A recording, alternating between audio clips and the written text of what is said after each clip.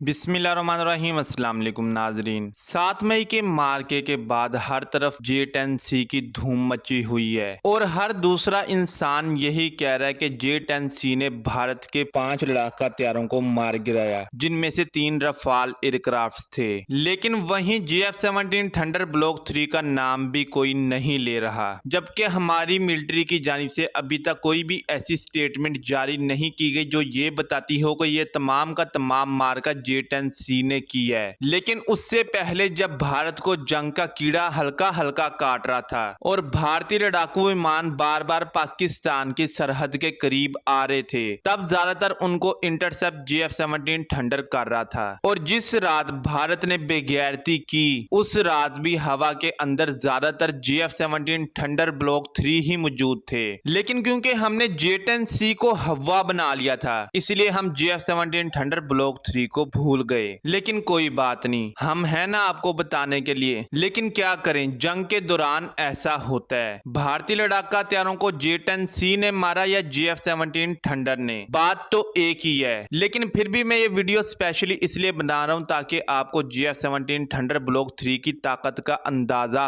हो सके। जब भारतीयों की जानिब से अचानक पाकिस्तान के ऊपर हमला किया गया, उस वक्त बहावलपुर सेक्टर और पंजाब के दीगर अजला के अंदर जो टोलियां हवा के अंदर मौजूद थीं, वो JF-17 थंडर ब्लॉक 3 की थीं। वहीं LOC के पास जो टोलियां हवा के अंदर मौजूद थीं, वो J-10C की थीं। जब भारत को अचानक कीड़े ने काटा और भारतीय लड़ाका हथियारों ने सरहद को अबूर किए बगैर पाकिस्तान के ऊपर मिसाइल दागे, तो उसका फौरन रिस्पॉन्स देते हुए जिस भी लड़ाका हथियारे के करीब जो भी दुश्मन का लड़ाका हथियारा मौजूद था, वो उसके ऊपर टूट पड़ा और उसके पड़खच्चे उड़ा दिए। और पिछली बार की तरह इस बार भी Su-30 MKI को गिराने का ताज JF-17 थंडर ब्लॉक 3 के सर के ऊपर जाता है। और उसके अलावा जो हमने भारत के 3 रफाल मार गिराए हैं, उनमें से भी एक को गिराने का ताज JF-17 थंडर ब्लॉक 3 के सर के ऊपर जाता है। और उसके अलावा आप गिनती कर लीजिए अब तक हमने कितने ड्रोन्स को मार गिराया है। और उसके अलावा MiG-29 को तो हम भूल ही गए। MiG-29 और कई और ड्रोन्स को भी JF-17 थंडर ने इंटरसेप्ट किया है। अब जब हमारे लड़ाका हथियारे जंग के बाद निकलकर सामने आएंगे और उनके ऊपर भारतीय जहाजों की तस्वीरें लगी होंगी जिनको पूरी दुनिया देखेगी, उसी वक्त आपको पता चलेगा कि हमारे लड़ाका हथियारे ने क्या क्या कुछ कर दिया और भारत को कहां कहां से जख्मी कर दिया। लेकिन भारत ने जो हमारे मासूम शहरियों को निशाना बनाया है, वो जख्म अभी हरे हैं। और उसका जवाब अगर हमारी फोर्सेस हमारे मुताबिक नहीं देती तो उसका नतीजा क्या होगा, अवाम इस वक्त क्या कह रही है, ये भी आप तमाम लोग बहुत अच्छी तरह जानते हैं। क्योंकि जहाज गिराने से जानों का अजाला नहीं होता।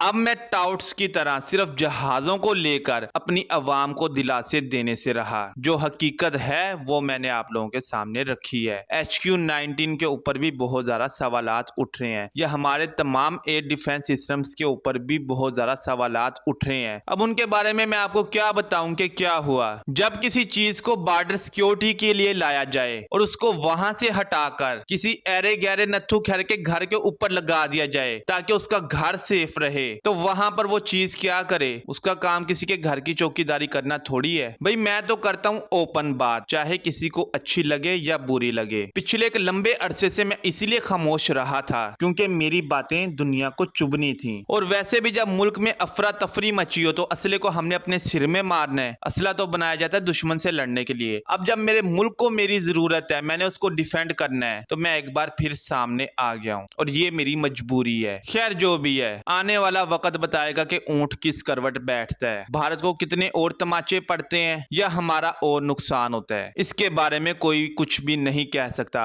और जो जंगी नजूमी बनकर बैठे हुए हैं वो शायद एटम बम को और उसकी ताकत को नहीं जानते। जंग की ख्वाहिश करना एक बहुत बड़ी बेवकूफी होता है, लेकिन जब आप पर जंग मुसल्लत कर दी जाए तो उसको भरपूर तरीके से लड़ना आपके ईमान का हिस्सा होता है। न्यूक्लियर बॉम्ब पाकिस्तान का हो या हो भारत का, ये कितना खतरनाक है और ये क्या कर सकता है, ये वही अच्छी तरह जानता है जो एक पढ़ा लिखा इंसान हो। बेवकूफ सिर्फ ऐसी चीजों की तमन्ना ही कर सकता है, और जब बेवकूफ के सामने ऐसी चीजें आती हैं तो अपने मुंह पर ही तमाचे मारता है। खैर ये थी आज की वीडियो, मिलते हैं अगली वीडियो में, तब तक के लिए अल्लाह हाफिज।